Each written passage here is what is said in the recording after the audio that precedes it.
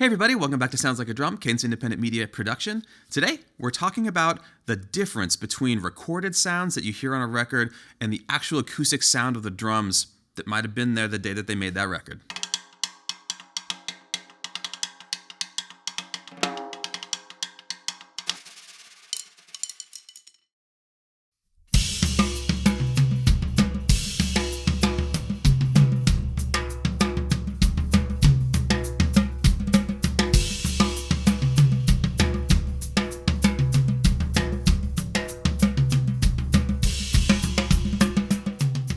There's an overarching situation that we have in the drum community, online, in reality, everywhere else, and it has to do with listening to recordings of drums, sitting at our kit and going, how do I make my drums sound like that? This has been driving me crazy since I was 7. It still drives me crazy to this day, but it's a little bit different now because as an adult who's played some drums in a few different situations, I understand that there are things I can achieve in the room, and there are things that are pretty much entirely dependent on production and post-production. What we're going to do today is set up a couple of different kit scenarios, a couple of different sort of style scenarios, a couple of different miking scenarios, and go through the process of getting from what is the sound I'm hearing to what would be sort of a fully produced sound in the computer that you might kind of end up with on a recording that you're making. In an effort to make sure that we show some different kind of ideas here, we're going to do sort of a modern thing, and then we're going to do sort of a vintage or more sort of left field kind of thing. This in front of me is the left field setup, but we're going to start with the modern one utilizing the Pearl kit that you've seen in most of our videos. Now there's going to be a few steps to this, and the first step we're going to demonstrate is moving from mono, which is to say all of everything that you're hearing is equal in both speakers or both sides of your headphones. And we're going to go from that to a stereo mix that's more of kind of like what you would expect to hear on a modern record.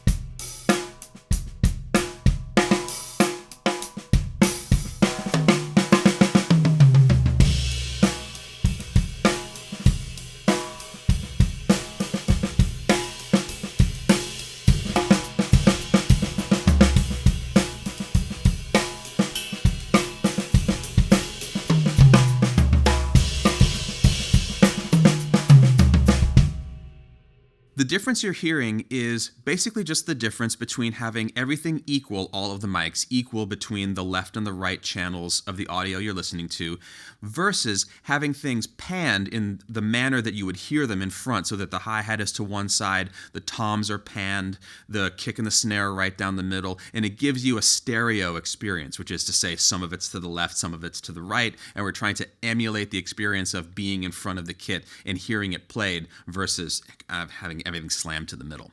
Next up, we want to start to add some EQ and some compression to this situation. EQ is modifying frequencies so that we get more of what we want, less of what we don't want, get the sweetest possible sound out of everything. What you're going to hear in the EQing here is basically subtractive. We're not going to boost any frequencies or sculpt things too much. This is more about making room in the mix, sort of holes in the sound spectrum, so that everything can speak and they're not kind of like stomping on each other. In terms of compression, we're going very subtle today.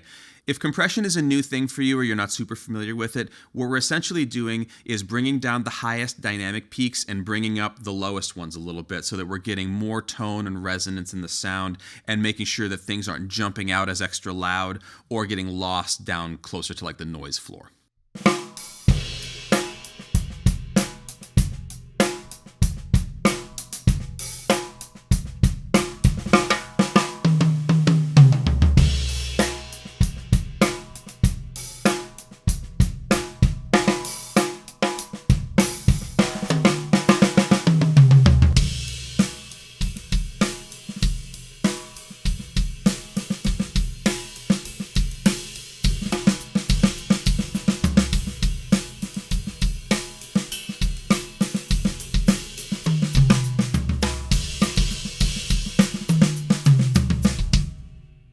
Now we're going to step it up to something more resembling like a full production situation. We're going to do a bit of gating around here to just make sure that things aren't jumping into the other mics that shouldn't be there. We're going to do maybe a little bit more dramatic EQ, maybe a little bit of specialized compression around the close mics, and lastly, add a little bit of reverb to kind of tie everything together.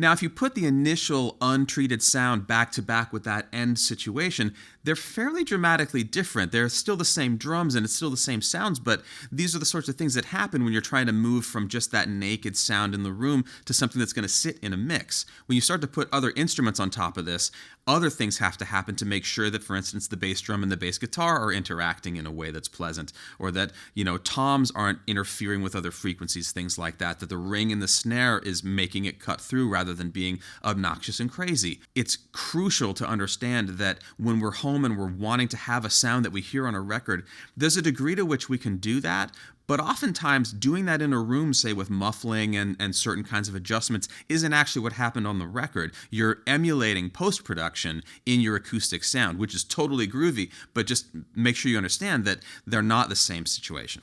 Now we'd like to do a back-to-back going through all of those iterations, and I think the main thing that you're going to notice here is the perceived volume of what I was playing is going to go up.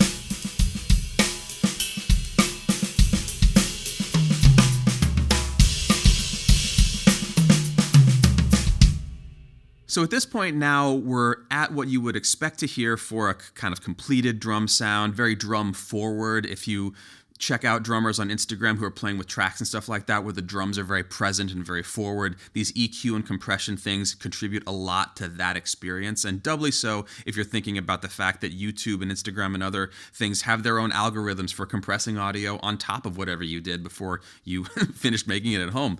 So that results in very punchy, very clear, a lot of drum kind of in your face.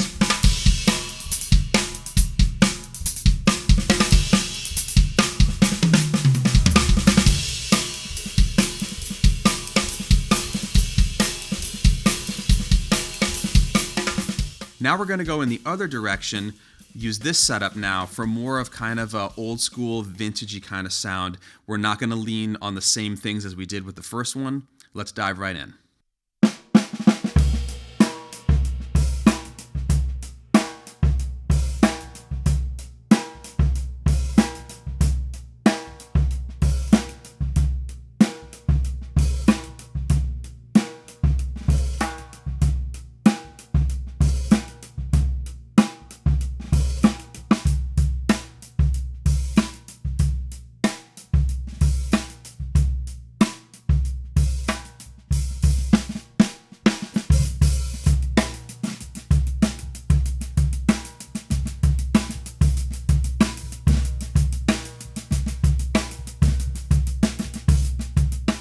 Now, this is a lot of information, and we really appreciate you coming along with us on all of this stuff. If you are interested in knowing more about this, there's going to be a lot of extra content from this video over on the Patreon, and a lot of longer playing examples as well, where you'll have an opportunity to analyze and scrutinize each of these steps as we went along and see what each of them is doing to each part of the kit, and particularly how they're interacting as we were adding bits of production to this, as well as final mixes of everything. If you're not part of the Patreon or unfamiliar with the platform, it's kind of where we keep all of our extra stuff and all of our special stuff for our kind of super fans. And also it's their opportunity and your opportunity to interact with us directly and also help us to keep the lights on here, make more of these videos. It's our primary source of basically income right now to be allowing ourselves to do this. And we really appreciate any opportunity you have to check it out, become a part of it, become a part of the community, and help us keep this going.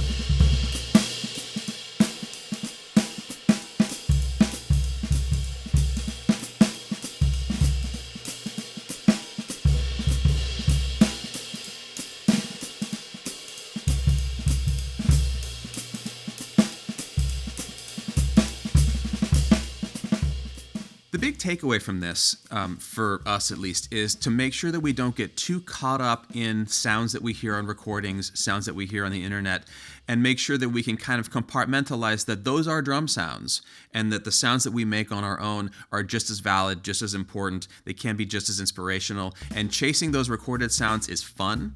But it's not the end. It's a means to an end, maybe. It's a fun kind of process and experimentation to see what your drums can do. But we need to never forget that we are playing an acoustic instrument here, and all of the stuff that does because it's an acoustic instrument is part of the fun. And listening to old recordings that were recorded with minimal miking, where you hear a lot of crosstalk between the instruments, is one sound. Hearing things super compartmentalized with hydraulics and a lot of gating and stuff is also a valid sound. None are right or wrong. They're all fun, and they're all available to you with acoustic drums, provided that you can separate your ears and your eyes from what you're expecting and just have fun with the drums that are in front of you.